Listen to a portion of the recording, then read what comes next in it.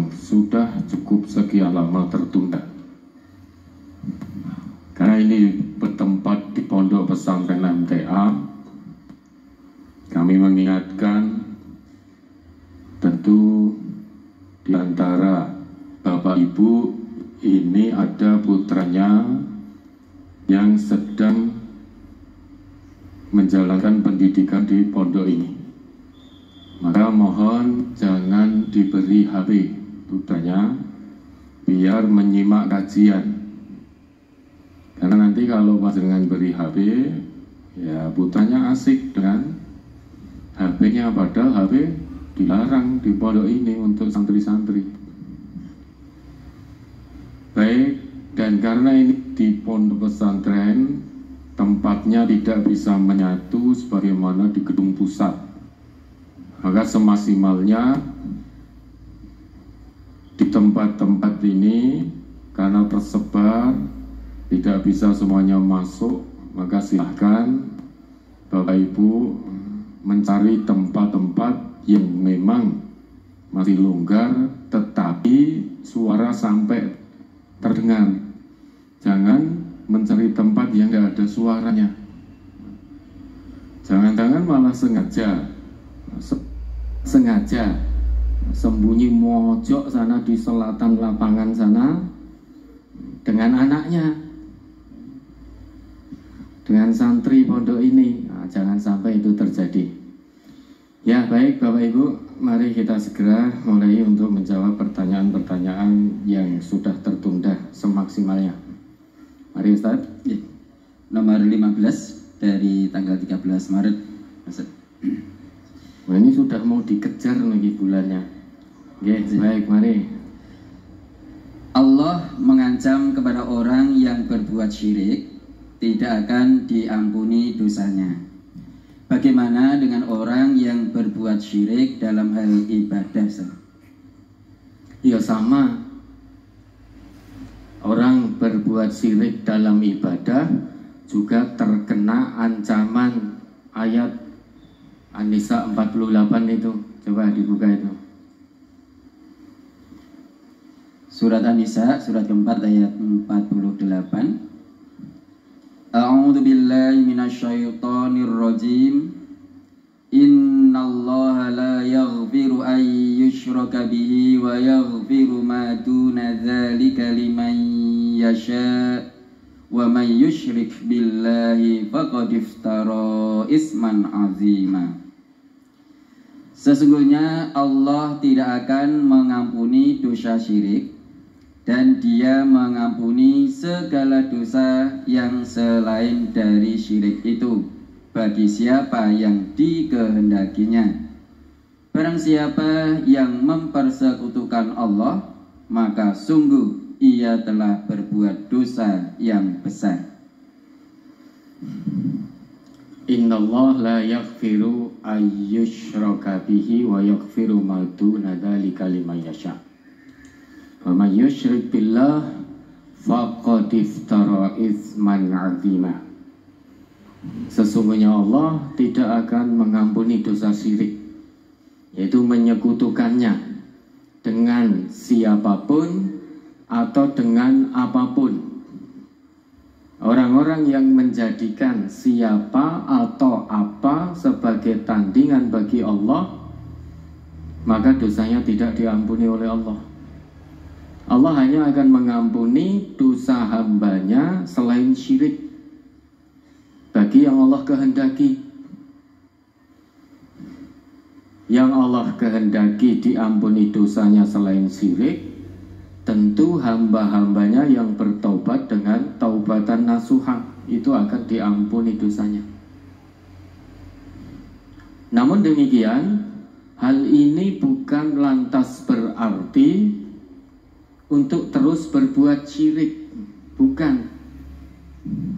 Pola pikir yang benar, yang sehat, bagi yang masih terlibat perbuatan syirik segera berhenti total. Kemudian mohon ampun kepada Allah setiap saat. Tutup perbuatan buruknya itu dengan berbuat beramal soleh sebaik dan sebanyak mungkin. Ada harapan kelak di hadapan Allah timbangan amal kebaikannya lebih berat daripada timbangan amal keburukannya.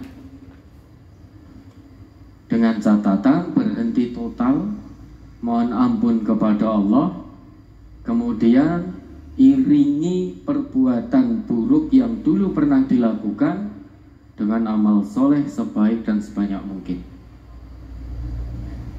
Terkadang kita pun tanpa hati-hati, tanpa disadari, mungkin juga berulang kali atau pernah berbuat syirik.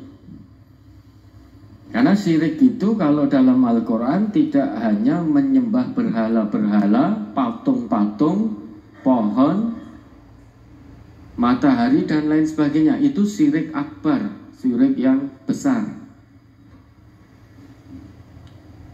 Namun di dalam Al-Quran setidaknya disebutkan orang yang berlaku syirik itu, dia syirik secara nyata, menyembah selain Allah. Itu yang pertama. Yang kedua, berlaku syirik dalam bahasa Al-Quran disebut andad. Ini sudah berulang kali kita jelaskan. Dia tetap menyembah Allah, namun menjadikan segala sesuatu sebagai tandingan bagi Allah tanpa dia sadari. Dalam hal ini Ibnu Abbas memberikan pemahaman beliau terkait dengan andad,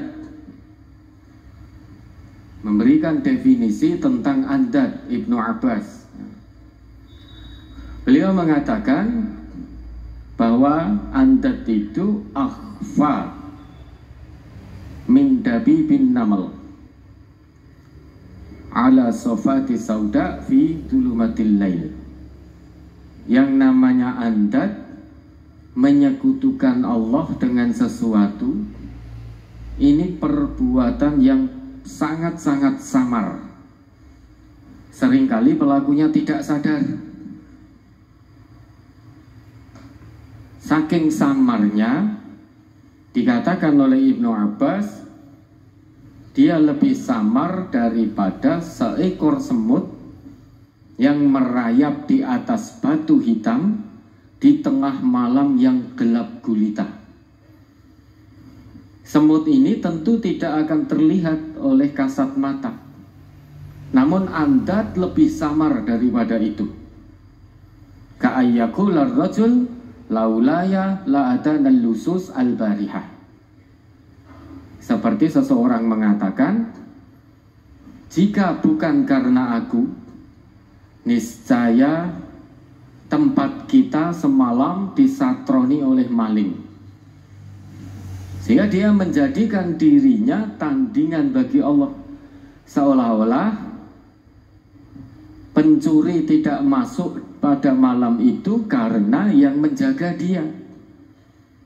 Dia melupakan Allah. Sama, kita seringkali tidak sadar.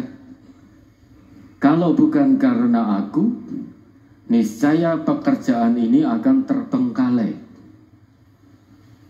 Kalau bukan karena aku, niscaya perusahaan ini tidak maju. Kalau bukan karena kepandaianku, niscaya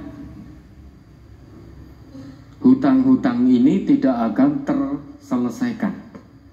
Dan lain sebagainya, dan lain sebagainya. Samar sekali ini. Maka kita hati-hati.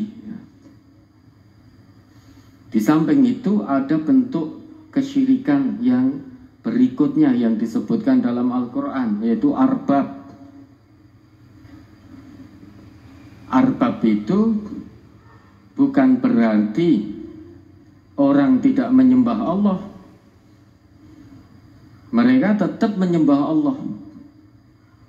Tetapi selain menyembah Allah, juga menyembah orang-orang yang dianggap alim di tengah-tengah mereka.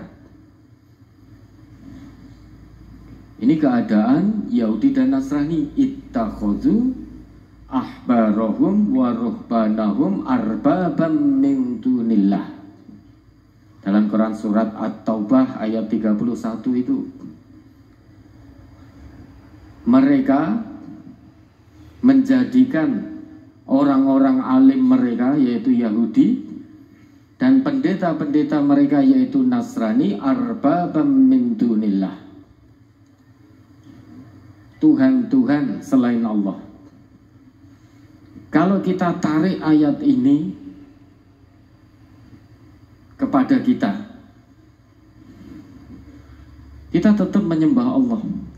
Namun hati-hati, jika sampai kita menjadikan orang-orang alim di tengah-tengah kita sebagai Tuhan, maka kita telah berlaku arbab.